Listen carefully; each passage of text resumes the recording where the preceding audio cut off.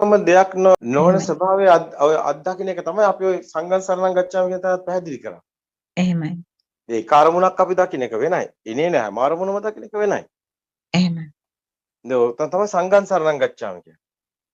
ඒතකොට අපි ධර්මයේ දකින්නවා කියන්නේ ඒක අරමුණක ධර්මතාවය දකින්නවා.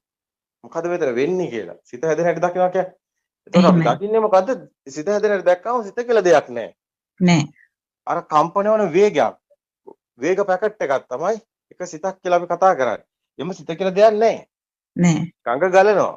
ගඟ කියලා දෙයක් නෑ. ගලනවට ගඟ කියන්නේ.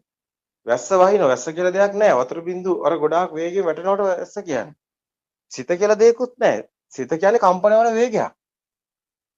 ඒකයි රුප්පන්තිකවස රූපං කිව්වේ. ඒකයි කිව්වේ අපි චක්කු විඤ්ඤාණ සිත කියලා අපි කතා කරනවානේ. අපි කතා කරනවා චක්කු විඤ්ඤාණ සිත කියලා එක සිතක් ගත්තොත් ඒ චක්කු විඤ්ඤාණ සිතක් ඇති වෙන්නේ සංකාරයක් නිසායි.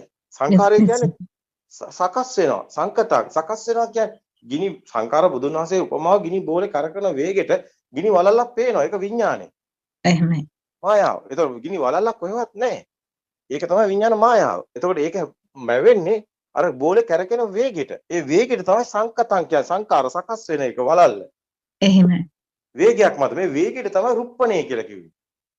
කම්පන වේගේ රුප්පන වේගේ මේ වේගෙට තමයි රුප්පන්තිකෝ අවස රූපං කියවේ.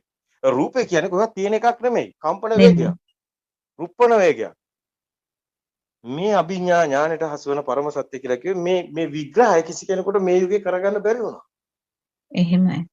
මේ රූපේ දැක්කේ නෑ. රූපේ කියන්නේ රුප්පණය කියලා. මේක කොහෙවත් තියෙන එකක් නෙමෙයි. මේක චිත්තයක්.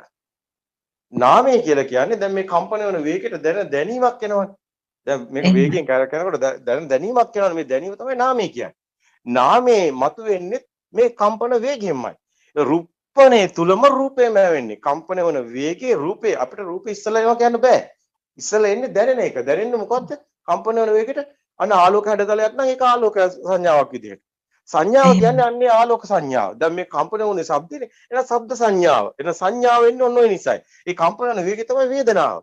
වේදනාව කියන්නේ දැනෙන ගතිය. ඒක තමයි නාමය වෙන්නේ. වේදනා සංඥා නාමය වෙන්නේ. මේ සම්පූර්ණ ප්‍රායෝගික පැත්ත මේ ධම්ම අභිඥාවෙන් කියන්නේ. මේ කියන්නේ පොතක් බලලා නෙමෙයි.